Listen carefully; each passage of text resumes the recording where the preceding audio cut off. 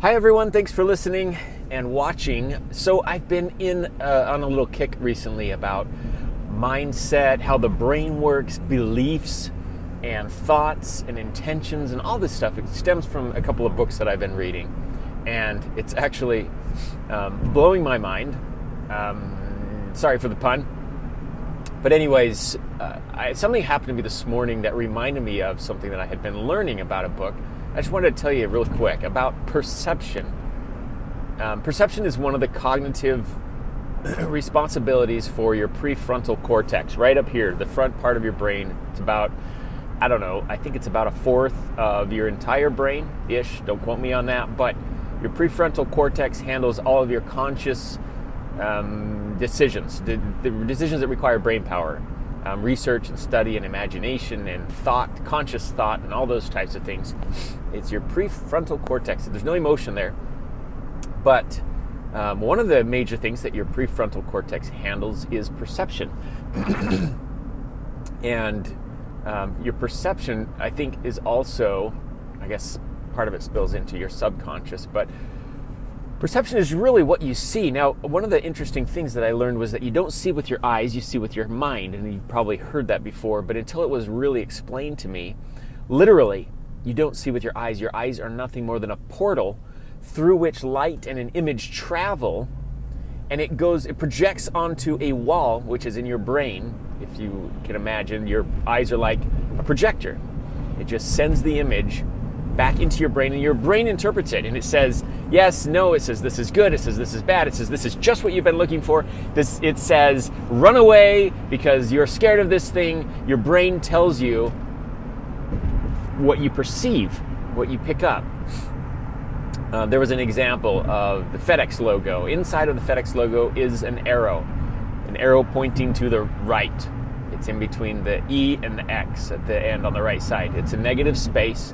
And a lot of people don't see it at first. It's an example. It's been used before. But things like that, the interesting thing about it is that the arrow was always there. It was never not there. It's just that your mind didn't pick it up. It didn't show up on your radar, right?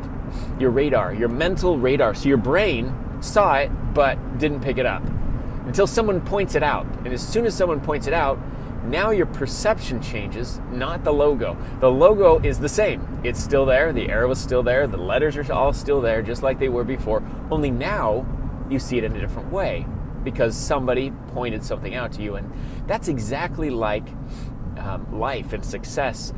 The principles are always there. And until someone spells them out for you, you kind of know in the back of your mind you've seen it, but you see it in a whole different way, in a whole different light, where it goes from here down into your heart.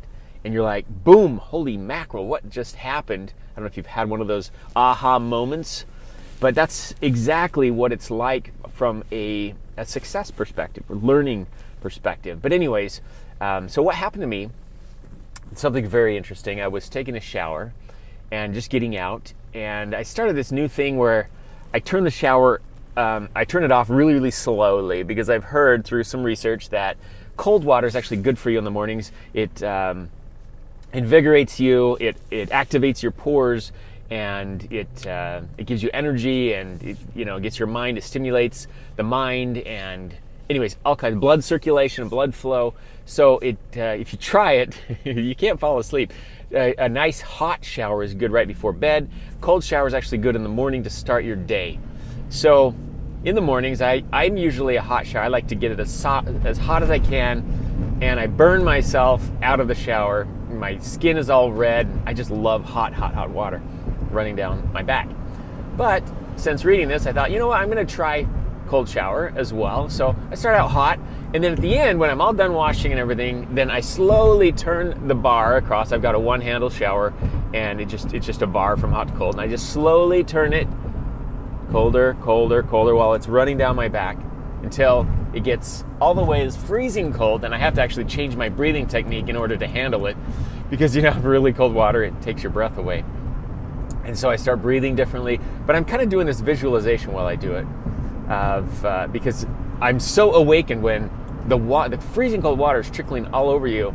It just awakens all of your senses. So it's an interesting time to couple it with a visualization or something where I kind of put my mind onto a picture and I breathe differently. Anyways, colder until it's all the way cold. I leave it there for a little bit and then I turn it off. And that's how I end my showers now. So, and there's no research behind it. It's just something crazy that I do. So I'm not suggesting or promoting that you do it. I'm just saying what happened was this. I'm getting out of the shower. The last few days that I've been doing this, I've been noticing the water, because I grabbed the towel and the water's dripping on my shoulder and down my back. And it's freezing cold water because that's the last of the water that was used. And my first thought, I turn and I look and I'm like, what is wrong with our shower head? Why is it dripping now? It's, is it broken? Is it leaking? Is something wrong with it? Do I need to, tighten something up? I don't know. And it was kind of annoying because, you're getting dressed or you're toweling off and the water is like getting wet again. And you're like, well, keep toweling it, or do my towels going to get wet? There's not a lot of room to move over unless I step out. Anyways, too much detail. The point is, I noticed something new, and that was the drip, the water from the spigot after the shower was turned off. And it's not that there was never any dripping before. It's that the hot water used to drip on me too when I ended my shower in hot. But that didn't matter. My mind didn't pick it up. It didn't show up on my radar. Does that make sense? It only showed up because it was cold water, and so now it's different. But the water was always there. The dripping was always there. That didn't change. What changed was obviously the external factors. The water temperature changed, but my perception, all of a sudden, now I notice it. Why? Because it's cold, right? I'm getting dressed, and cold water dripping on you is something that you notice, if you're like most people. So, my point in all of this is that perception is so much of the game. What do you perceive? What details are you missing out on? Because you're not seeing them. Actually, you're seeing that. You can look at something and not see it, right? I can look, I can go on my commute every day to work. And one day, for years, and one day I notice a new building or company or something that's been there all this time. For some reason, I just notice it this time. I'm thinking different or something catches my eye in a new way. And I look at it, I'm like, that building how long has that been there? It's been there every day. I've driven by it every day on my way to work. I just never noticed it. I looked at it because it's in my vision, right? Anything that's here in front of you, it's all in your vision. Your mind is taking it all in. But your brain, and here's the key, your brain separates for you what's important and what's not. So everything goes in there, and then your brain sifts through it all and says, you don't need this, you need this, you don't need this, you need this. How or why does it do that? Because you've trained it a certain way with your beliefs.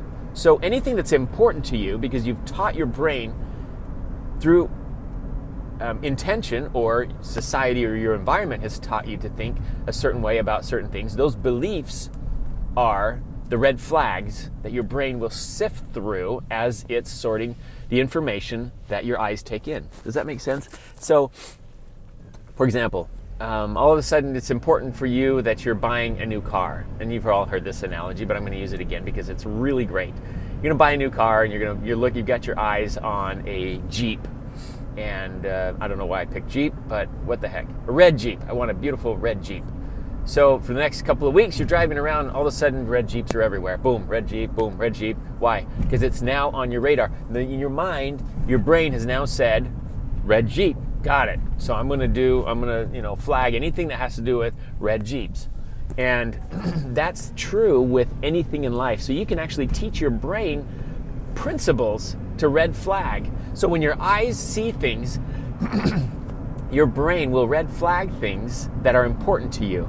And you can change what those things are by changing your belief systems and your intentions.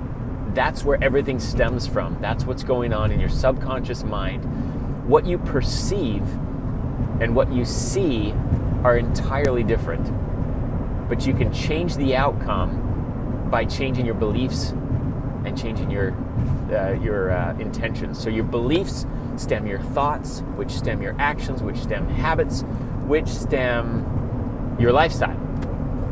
And everything at its core goes back to beliefs. There's too much emphasis on productivity and habits and things way back down the cycle before we've even gotten the base or the foundation together. So I challenge you to pay more attention to your mind, what's going on, what you're perceiving. Notice something new. Shake it up a little bit. And if you're on your commute, take a different route to work. Look at things in a new way, in a fresh way. Think of how kids look at things. With that curiosity. What's this for? Ask lots of questions. Just shake up your mind a little bit so you don't get into those ruts of your mind starts making assumptions that this is or isn't important to you, so it doesn't red flag anything. The most successful people I know are the ones that ask a lot of questions because they're curious and they're always looking for things. So when they see a situation, they automatically start looking at different things from a different perspective. That perspective is a learned attribute that they've learned and that you can learn and that I can learn just by simply giving it some conscious thought and implementing some of these routines and shaking things up a little bit, interrupting your normal thought patterns. Anyways, that's something to stew on today. Thanks for listening in. I hope that helps in some way, and I look forward to talking to you more next time. Take care.